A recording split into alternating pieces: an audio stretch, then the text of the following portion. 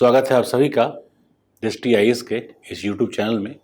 दृष्टि आईएएस ने यूपीएससी के साथ साथ कई राज्य लोक सेवा आयोग के लिए भी कई प्रकार के कार्यक्रम प्रारंभ किए हैं, जिसका उद्देश्य मूल रूप से यह है कि परीक्षार्थियों को जो भारत के सुदूरतम क्षेत्रों में भी रहते हैं परंतु तैयारी बड़े प्रतिबद्धता या गुणवत्ता के साथ करते हैं, परंतु किसी कारण से वो चूक जाते हैं, विशेषकर रणनीति के स्तर पर, तो उन तक उस रणनीति को या व्यवहारिक जो सफलता के अनुरूप हो उस रणनीति को भी संप्रेषित किया जा सके। इस प्रक्रिया में दृष्टि आईएएस ने यूट्यूब चैनल के माध्यम से बिहार लोक सेवा आयोग अर्थात बीपीएससी के लिए भी कार्यक्रम प्रारंभ किए हैं। इसके अंतर्गत रणनीति का स्तर पे वीडियोस विद्यार्थियों तक पहुंचाए जा रहे हैं ताकि जो बड़े जुझारूपन के साथ प्रतिबद्धता के साथ तैयारी कर रहे हैं वो जान सकें कि क्या पढ़ना है और क्या नहीं पढ़ना। इस संदर्भ में पानीपत के तीसरे युद्ध का उदाहरण मैं हमेशा देता हूं। पानीपत के तीसरे युद्ध के विषय में एक इतिहासकार का यह मूल्यांकन है कि इस युद्ध ने यह तय नहीं किया कि कौन शासक बनेगा, बल्कि यह तय किया कि भारत में अब शासन कौन नहीं करेगा, और वो थे मराठे। क्योंकि पानीपत के तीसरे युद्ध से मराठे इतने कमजोर हो गए थे कि अब यह लगभग निश्चित हो गया था कि अब वो भारत के अधिपति नहीं बनने वाले। ठीक उसी प्रकार से कई ऐसी मोटी मोटी पुस्तकें हैं या कई ऐसी पुस्तकें हैं जिनको पढ़ने से आप विद्वता की श्रेणी में तो जा सकते हैं परंतु सफल नहीं हो पाते, विशेष करके बीपीएससी या बिहार लोक सेवा आयोग की परीक्षाओं में।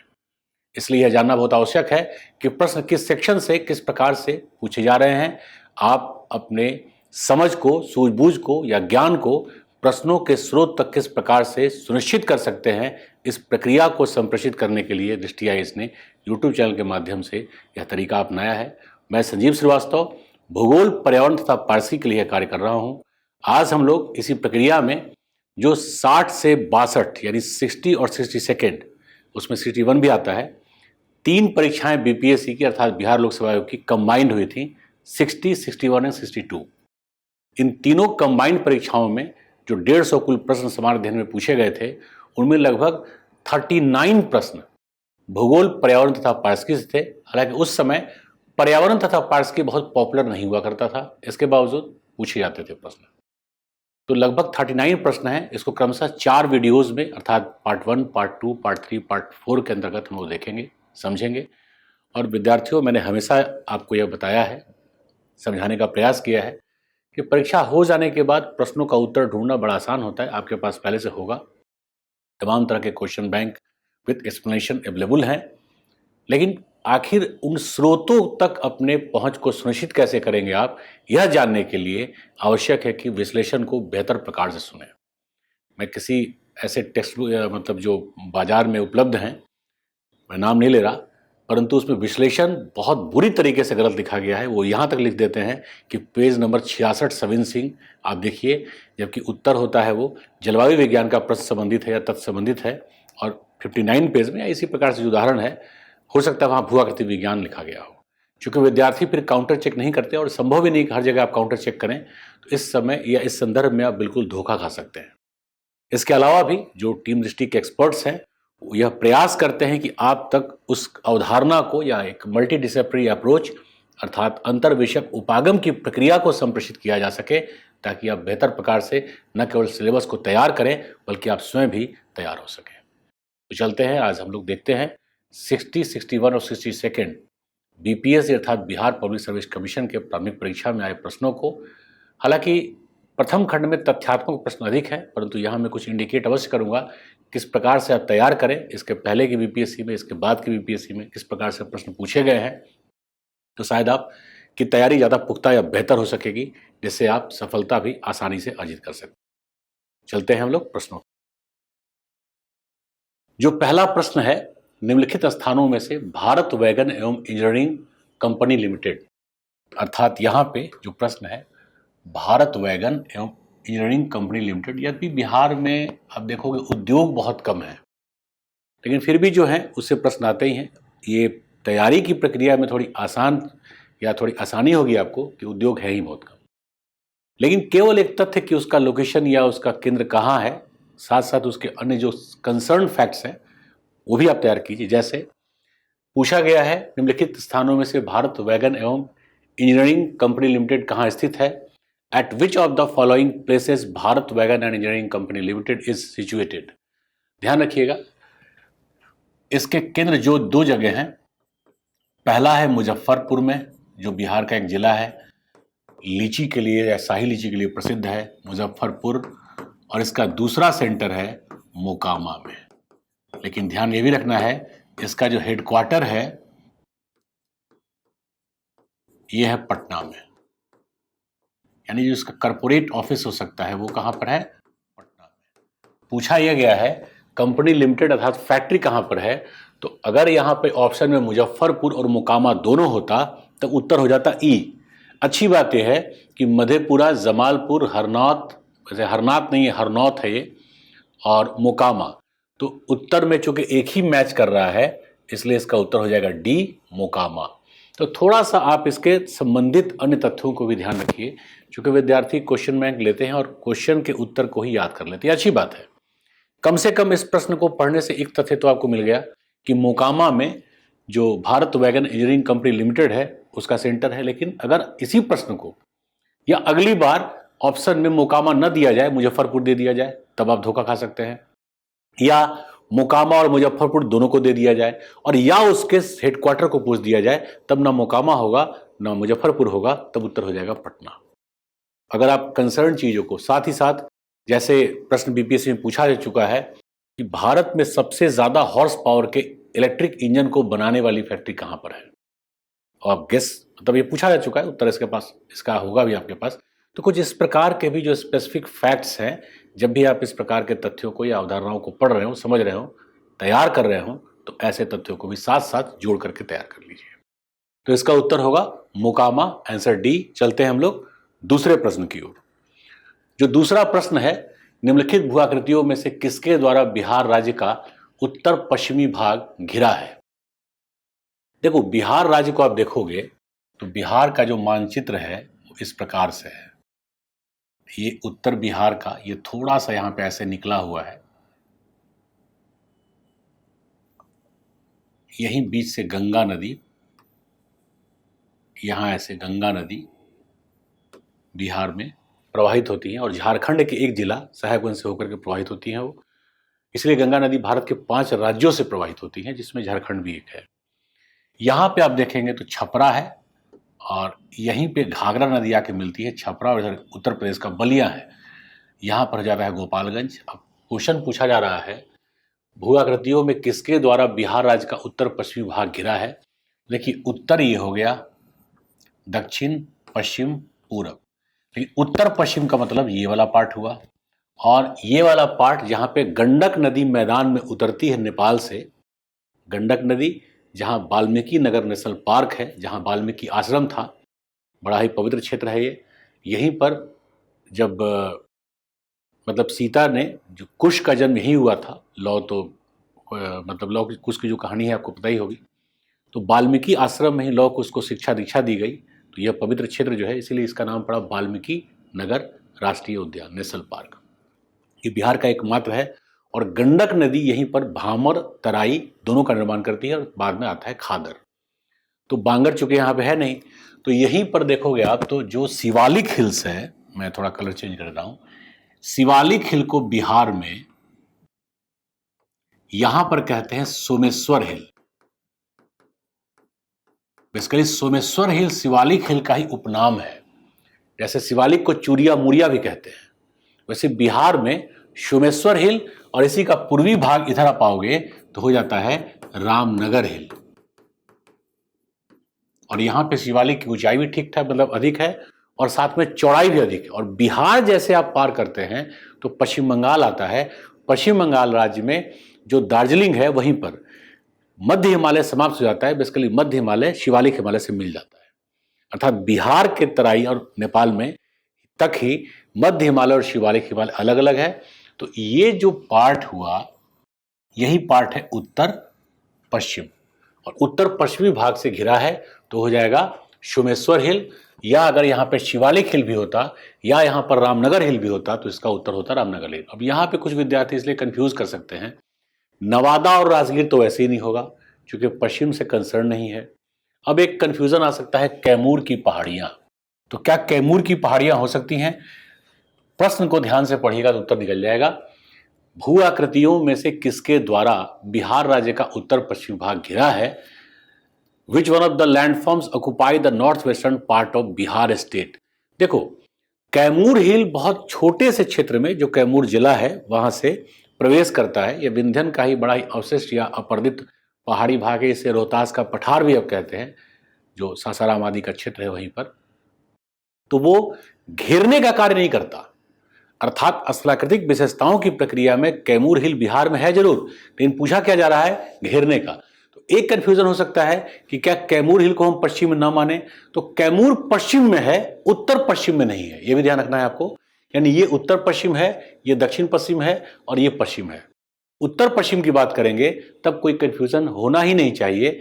आइदर हम शिवालिक कहते, लेकिन शिवालिक से भी ज्यादा अप्रोप्रिएट क्या है? उसका स्थानीय नाम बिहार में और नेपाल के सीमांत क्षेत्र में सोमेश्वर हिल है, और इसी का पूर्वी नाम रामनगर हिल है, जो ऑप्शन में नहीं है। तो इसका उत्तर हो जाएगा सोमेश्वर की पहाड़ियां। कई बुकलेट्स में आंसर के तौर पे कैमूर पहाड़ी दिया गया है, बट ये ध्यान रखिएगा, जैसे कई बार बिहार के ही कई विद्यार्थी कह देते हैं कि उत्तर में बिहार है। बिहार भारत के उत्तर में नहीं है, ध्यान रखिएगा, बिहार भारत के पूर्व में है। उत्तर प्रदेश का वो भी मध्यवर्ती भाग है, या जो बनारस में नहीं, इलाहाबाद के जो पश्चिम का भाग है वही उत्तर प्रदेश में आता है, उत्तर में आता है। उत्तर प्रदेश में तो पूरा ही हो गया, लेकिन जो प्रयागराज के पूर्व का भाग है वो वस्तुतः पूर्वी भारत है। और पूर्वी भारत 100 सीएम के संवर्षा रेखा से भी संबंधित हो जाता है। तो बिहार उत्तर भारत में नहीं है, बिहार कहाँ पे है? पूर्वी भारत में है। बिहार और बंगाल ये दोनों राज्य, और साथ में पूर्वी उत्तर प्रदेश और झारखंड, ये पूर्वी भारत में है। ये आप ध्यान रख के चलेंगे। तो कई बार हम एग्जैक्टली उस पर ध्यान नहीं देते, इसलिए भी प्रश्न का उत्तर हमसे गलत हो जाता है। थोड़ा इसको देखते हुए समझते हुए चलेंगे।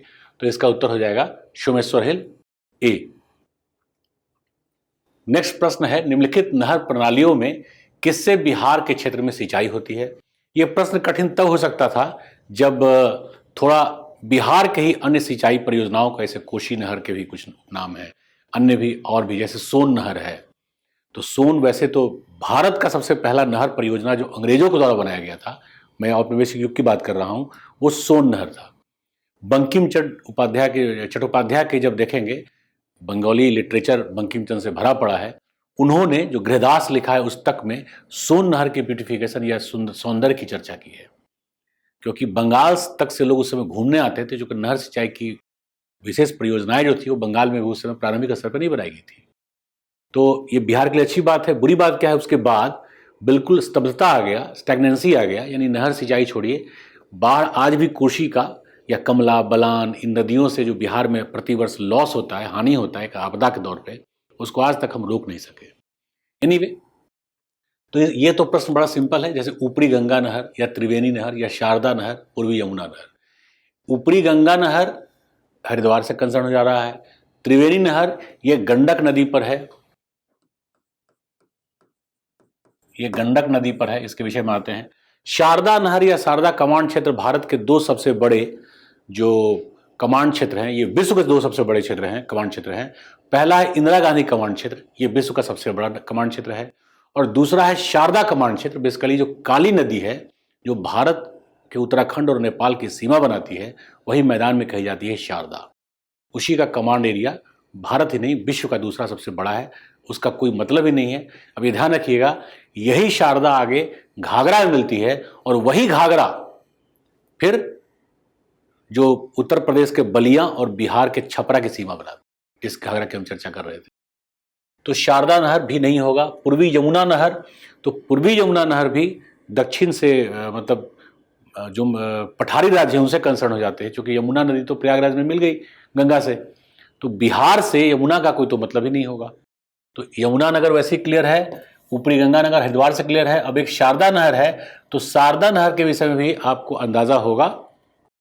इसी शारदा की सहायिका है सरयू, जिस पर विश्व का सबसे बड़ा राम मंदिर अयोध्या में बन रहा है। अयोध्या इसी के तट पर है।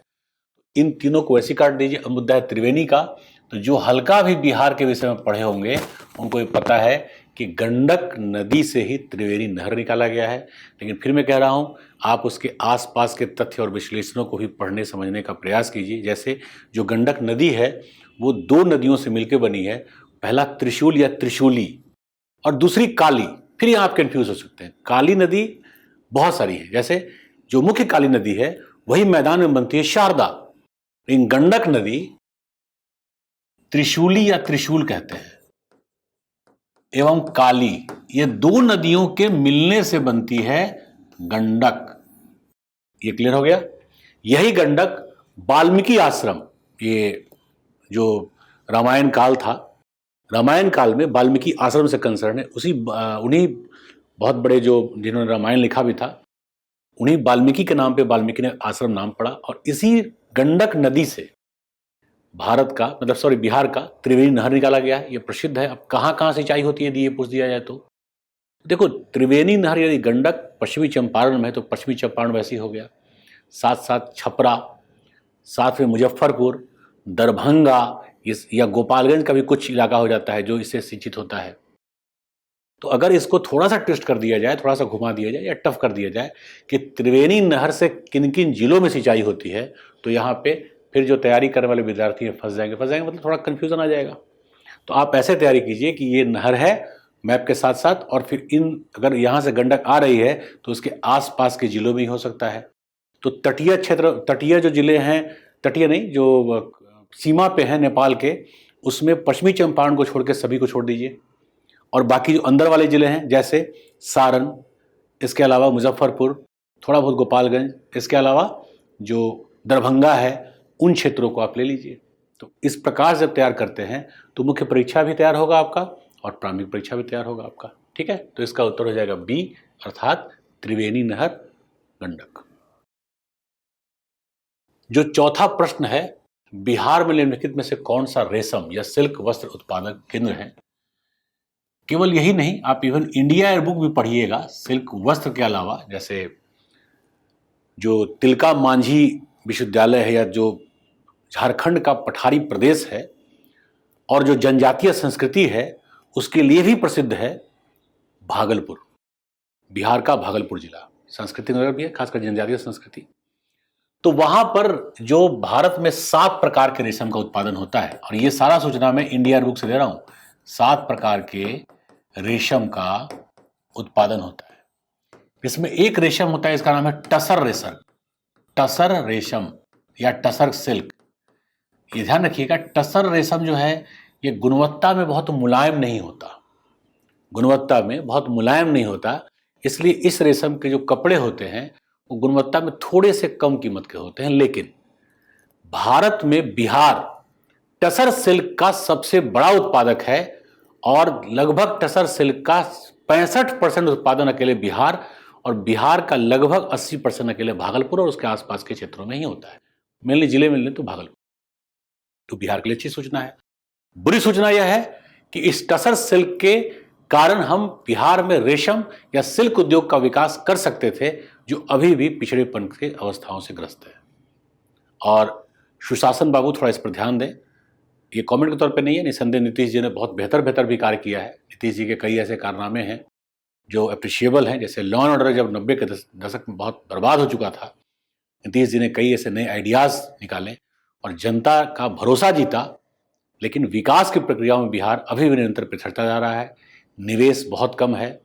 लेकिन खासकर जो हमारे रिसोर्स हो सकते हैं बिहार में, उनको तेजी से बेहतर करने, औद्योगिकरण की प्रक्रिया में लाने की आवश्यकता है। तो टसर सिल्क, और ये कहाँ पर होगा? तो बिहार का भागलपुर। अब देखो कैसे आप इसको छांट सकते हो। मोतीपुर, बाजारी और डालमिया नगर, ये तीनों तो क्षेत्र ही नहीं है जहाँ रेशम का, डालमिया नगर सीमेंट के लिए प्रसिद्ध है, और बाजारी और मोतीपुर ये दोनों संभाग हैं, बहुत छोटे हैं, जहाँ रेशम का उत्पादन होता नहीं है। वैसे भी आपको उत्तर के तौर पे जस्ट लाइक बीपीएससी ने आपको इंडिकेट ही कर दिया कि आप भागलपुर चुन सकते हो, है ना। तो साथ साथ मैंने और भी आपको कुछ तथ्य बताए, जैसे क्या था कि जो जनजातीय प्रकार की संस्कृति में जो बिहार है, उसमें भागलपुर या कुछ नवादा का भी जो रजौली आदि का इलाका है, उन क्षेत्रों में जनजातीय संस्कृति बहुत ज़्यादा है, लेकिन भागलपुर में सबसे अग्रणी की स्थिति में है। तो थोड़ा उससे भी प्लस वहाँ पे कौन सी जनजातीय संख्या में ज़्यादा है, गंगा के वहाँ 7 आइलैंड्स हैं। जैसे एक आइलैंड है पीरपैती, तो वहाँ पे मतलब गंगा नदी चूँकि बहुत ज़्यादा म्योंडरिंग करती है, वहाँ पे सर्पाकार प्रवाह का विकास करती है, तो there are 7 islands located at Bhagalpur concern with the Ganga. आकार उनका छोटा है, बाढ़ के समय कई बार वो जलमग्न हो जाते हैं, परंतु फिर जब बाढ़ समाप्त होता है तो वो ओपन हो जाते हैं। तो चौथे प्रश्न का उत्तर है भागलपुर। चलते हैं अगले प्रश्न की ओर, पांचवा। जो पांचवा प्रश्न है ये फैक्चुअल प्रश्न है, और वैसे भी अब ये याद करिएगा मत, चूंकि अब तो फैक्ट चेंज कर गया है। बिहार राज्य में प्रति व्यक्ति ऊर्जा उपभोग है, तो ये जब पूछा गया था तब बिहार में पटना छोड़ करके गांव में तो लाइट कभी कभी आता था, देखने को मिलता था, अच्छा लाइट आ गया।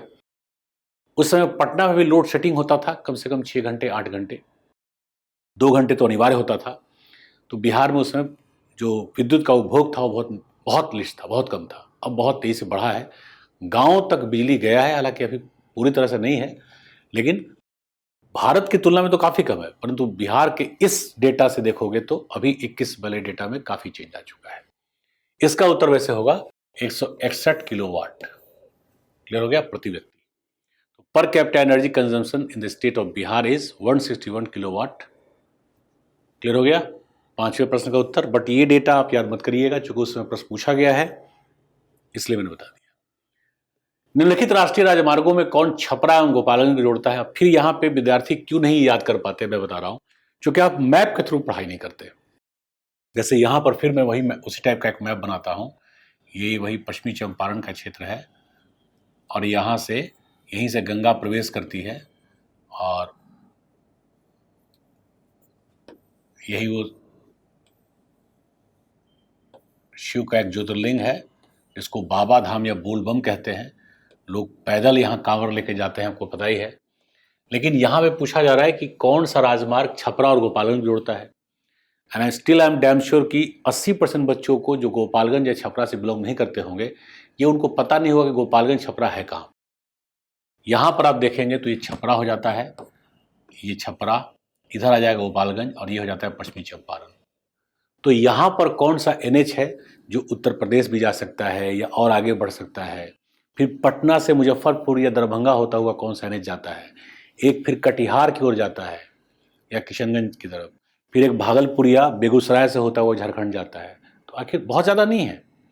तो आप जब इस प्रकार से मानचित्र पर सेट कर लेते हैं तो दिक्कत नहीं आता। जैसे आप देखेंगे तो राष्ट्रीय राजमार्ग जो 85 है वो यहीं से ऐसे क्रॉस करता है, गोपालगंज को होता हुआ।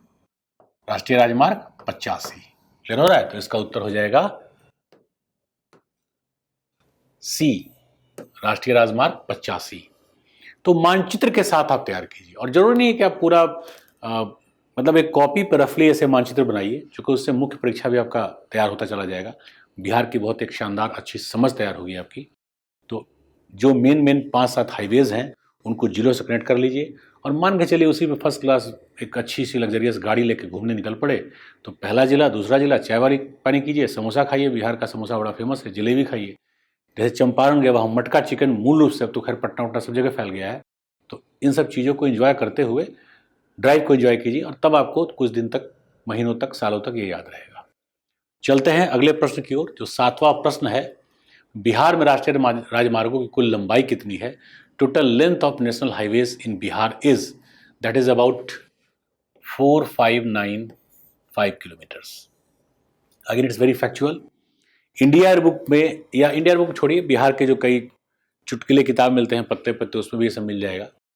बट फिर मैं बोलूँगा, अब अगर आपसे पूछा जाए कि बिहार के किस क्षेत्र में, उत्तर, पश्चिम, पूरब, पश्चिम, या किस संभाग में डेंसिटी सर्वाधिक है, तो यहाँ हो सकता है फिर आपका दिमाग चकराए। तो थोड़ा सा बस कंसर्न करके आप इसको तैयार कर लीजिए, तब प्रश्न कभी आपके रेंज से बाहर नहीं जाएगा। ये वैसे फैक्चुअल है, 4595। ठीक है, जो नया डेट सेंसस है वो बढ़ा है, चूँकि नेशनल हाईवे को जो एक्सप्रेसवे में कन्वर्ट किया गया तो उसमें कुछ जगह किलोमीटर घटा भी, लेकिन मूल रूप से किलोमीटर अब बढ़ा है। ठीक है, तो इसका उत्तर होगा C। चलते हैं अगले प्रश्न की ओर। 11 की जनगणना के अनुसार बिहार राज्य जनसंख्या के अनुसार देश में कौन से स्थान पर है? As per census 2011, what is the rank of Bihar state in terms of population in the country? In terms of population, that is in concern with the size of population. ये ध्यान रखिएगा, इसका मतलब होता है साइज ऑफ पॉपुलेशन, यानी जनसंख्या का आकार। कभी भी आपसे कहा जाए, पूछा जाए इन टर्म्स ऑफ पॉपुलेशन, मतलब वो साइज ऑफ पॉपुलेशन पूछ रहा है। क्लियर हो रहा है? चूंकि अगर वो डेंसिटी को पूछेंगे, आकार ना होकर के अगर वो घनत्व हो जाएगा, जैसे ऊपर में भी बिहार राज्य जनसंख्या के अनुसार देश में कौन से स्थान पर है। तो अगर सिंपल जनसंख्या पूछा जाए, इसका मतलब आपसे आकार ही पूछा जा रहा है, साइज पूछा जा रहा है, ठीक है, वरना घनत्व में तो बिहार टॉप पे आ जाएगा। तो ये है तीसरे स्थान पर। देखो, सबसे पहले स्थान पर या सर्वोच्च स्थान पर है उत्तर प्रदेश। अगर इसी प्रश्न को थोड़ा ट्विस्ट कर दिया जाए तो दूसरे स्थान पे हो सकता है आप कंफ्यूज कर रहे हो, यहां पर आ जाता है महाराष्ट्र। कई लोग पश्चिम बंगाल या मध्य प्रदेश, महाराष्ट्र आता है। अनडाउटेबली ये दूसरे स्थान पर है और अभी रहेगा। और तीसरे स्थान पे आ जाता है बिहार। लेकिन घनत्व की बात करें तो डेटा बिल्कुल चेंज कर जाएगा। जैसे पहले हो जाएगा बिहार, फिर हो जाएगा वेस्ट बंगाल और थर्ड पे हो जाएगा केरल। तो इस प्रकार के जो कंसर्न फैक्ट्स हैं, जैसे सबसे न्यूनतम, तो इन terms of the size of population जो बॉटम पे है वो है सिक्किम, यानी सबसे कम जनसंख्या वाला। क्षेत्रफल की बात करें तो हो जाएगा गोवा राज्य में। तो ऐसे जो कुछ चुटकुले फैक्ट्स हैं अक्सर बीपीएससी में पूछे जाते हैं, और ये पैटर्न यूपीएससी का प्राय नहीं है इस प्रकार का। ऐसे तो पूछा जा सकता है, तो थोड़ा सा, चूंकि बीपीएससी में एक ऑप्शन ही एक से कंसर्न होता है, यूपीएससी जब भी पूछता है तो क्रमशः देता है। जैसे पहले देगा यूपी महाराष्ट्र बिहार, यूपी बिहार महाराष्ट्र, तो उसमें आप उत्तर के बार निकाल भी लेते हैं, है ना। तो इसका उत्तर हो जाएगा तृतीय, अर्थात सी। सी भी से मतलब नहीं है तीसरा। चलते हैं अगले प्रश्न की ओर। 9th, निम्नलिखित जिलों में 2001 से 11 के दौरान सर्वाधिक जनसंख्या की वृद्धि हुई। अब which one of the following districts record highest growth of population during 2001 to 11। यानी इसके पहले वाले सेंसस में जो सबसे ज़्यादा ग्रोथ देखा गया, किस जिले में देखा गया, ये है तो फैक्चुअल, लेकिन आपको याद करने का तरीका होना चाहिए। मैं बता रहा हूँ कैसे। जैसे मधेपुरा है, ये 30.5% समृद्धि या ग्रोथ देखा गया था। अब आखिर ये कैसे निकलेगा? तो देखो, जब से मधेपुरा में, हालांकि बाढ़ पूरी तरह से अभी रुका नहीं है, जो कोशी का क्षेत्र है उसी से, लेकिन काफ़ी हद तक रुका है। उसके बाद जो पलायन की प्रक्रिया थी वो भी रुकी काफ़ी हद तक। और 90 दशक में जब लॉ एंड ऑर्डर कंट्रोल हुआ तो जो लोग वहाँ गए थे वो भी लौट के आए। इसलिए जो जनसंख्या का समान जन्म दर आधारित समृद्धि दर था, उसके अलावा जो लौट के आए लोग, उन सभी प्रक्रियाओं की वजह से, जैसे 90 से 2000 तक पलायन बहुत ज़्यादा हुआ उन क्षेत्रों से, रोजगार के लिए, शिक्षा के लिए। ऐसा नहीं कि शिक्षा की बहुत बड़ी व्यवस्था मधेपुरा में हो गई, लेकिन कुछ बाढ़ से राहत मिली इन प्रक्रियाओं के माध्यम से, और समृद्धि दर तो वहाँ उच्च था ही। तो मधेपुरा में सबसे ज़्यादा था। लेकिन अगर आपसे कहा जाए न्यूनतम कहाँ है, तो न्यूनतम हो जाएगा गोपालगंज में। तो आप केवल एक तैयार मत करिए, कंसर्न आसपास भी तैयार कर लीजिए गोपालगंज में। हालांकि जो नया सेंसस आया है उसमें ये डेटा चेंज कर गए, ये भी ध्यान रखिएगा। अब तो नए पे आएगा, 21 वाला सेंसस सब आएगा ही आएगा। तो इसका उत्तर हो जाता है सी, अर्थात Madhepura. That record means contains maximum और highest growth rate in population. 10वां प्रश्न है, भारत के किस राज्य में सबसे अधिक सूती मिलें हैं? अनडाउटेबली इसमें जो महाराष्ट्र है यही इसका उत्तर होगा। उसका कारण मैं बता दे रहा हूँ। हालांकि ये प्रश्न यदि इस प्रकार से पूछा जाता है कि 1950 के आसपास सबसे अधिक मिलें कहाँ थी, तो मिलों की संख्या सबसे अधिक थी कोलकाता, यानी कि पश्चिम बंगाल राज्य हो जाता। लेकिन वहाँ पर जो खासकर बिरला की बड़ी बड़ी मिलें थी, इवन जूट की मिलें, तो बिरला का जो बिजनेस था वो शिफ्ट करता गया जूट की ओर। और जो कॉटन टेक्सटाइल की मिल्स पश्चिम बंगाल में थी उनका पतन होता गया, यानी वहाँ से बिजनेस शिफ्ट करता गया महाराष्ट्र की ओर। तो 50 के बाद से पश्चिम बंगाल में कॉटन टेक्सटाइल की मिलें घटती चली गई। मशीनें भी पुरानी हो चुकी थी, औपनिवेशिक युग की थी। आपको पता ही है, कोलकाता जिसे महलों का नगर कहते हैं, और किसी भी मामले में मुंबई से पीछे नहीं था, बल्कि मुंबई से आगे था। फिल्म उद्योग में ही मुंबई की तुलना में, या बॉम्बे उस समय कहा जाता था, अब मुंबई हुआ है, यानी बॉलीवुड की तुलना में जो कॉलीवुड था वो ज़्यादा समृद्ध था। अच्छे डायरेक्टर्स या इवन जो एक्टर्स भी थे, एक अच्छा फाइट था। तो थोड़ा सा इस प्रकार से भी आप इस चीज़ों को तैयार करिए। अब तटीय प्रदेश से क्यों, जैसे मध्य प्रदेश, तो मध्य प्रदेश तो बिल्कुल नहीं होगा। पश्चिम बंगाल, गुजरात और महाराष्ट्र में फाइट हो सकता है। अब इसमें क्वेश्चन है सर्वाधिक सूती मिलें कहाँ है, तो जो तटीय प्रदेश होता है वहीं पर धागे का उद्योग बेहतर बन सकता है। क्यों? क्योंकि आर्द्रता की वजह से धागे निर्माण की प्रक्रिया में टूटते नहीं हैं, और वो आर्द्रता पर्यावरणीय चाहिए। आप कृत्रिम तौर पर आर्द्रता क्रिएट करेंगे तो धागे की कॉस्ट बहुत बढ़ जाएगा, और कॉस्ट बहुत बढ़ने से वस्त्र नहीं, कपड़े की कीमत में बहुत वृद्धि हो जाएगी। इसलिए तटीय प्रदेश में स्वभावतः आर्द्रता तुलनात्मक रूप से ज़्यादा होता है। बॉम्बे की देखोगे आप, परेशानी भी ये है, कोलकाता की या चेन्नई की, कि चिपचिपी गर्मी होती है। यानी तापमान बहुत ज़्यादा नहीं होगा, 35 ही होगा, पर पसीना बहुत निकलेगा, क्योंकि वहाँ पर सागरीय जलवायु होने की वजह से या सागरीयता के प्रभाव होने की वजह से आर्द्रता वायुमंडल में ज़्यादा होता है, इसलिए पसीने भी ज़्यादा आते हैं। तो इसका उत्तर हो जाएगा महाराष्ट्र। और मुझे लगता है कि इस प्रश्न में किसी को डाउट होना नहीं चाहिए। तो यही आज 60, 61 और 62 का जो बीपीएससी का प्रारंभिक परीक्षा हुआ था, उसके 10 प्रश्न थे। पार्ट 1 का ये वीडियो था। अब पार्ट 2 के लिए आप अगले वीडियो में देखिएगा, अगले 10 प्रश्न को मैं एक्सप्लेन करूंगा। सीखिए, जानिए, और बार बार मैं जोर दे रहा हूँ कि एक तथ्य, मतलब एक प्रश्न का उत्तर देख करके उस प्रश्न को या उस कंटेंट या कंसेप्ट को तो आप जान ही जाते हैं। प्रयास कीजिए उससे संबंधित अन्य तथ्यों को, अवधारणाओं को भी समेटने और समझने और याद करने, तभी आपका जो ज्ञान है वो प्रश्नों के स्रोत तक सुनिश्चित हो पाएगा और तब आप इजीली परीक्षा में सफल भी हो सकते हैं। यही स्मार्ट वर्क भी है। तो आज का ये वीडियो यहीं समाप्त करते हैं। मिलते हैं अगले वीडियो में।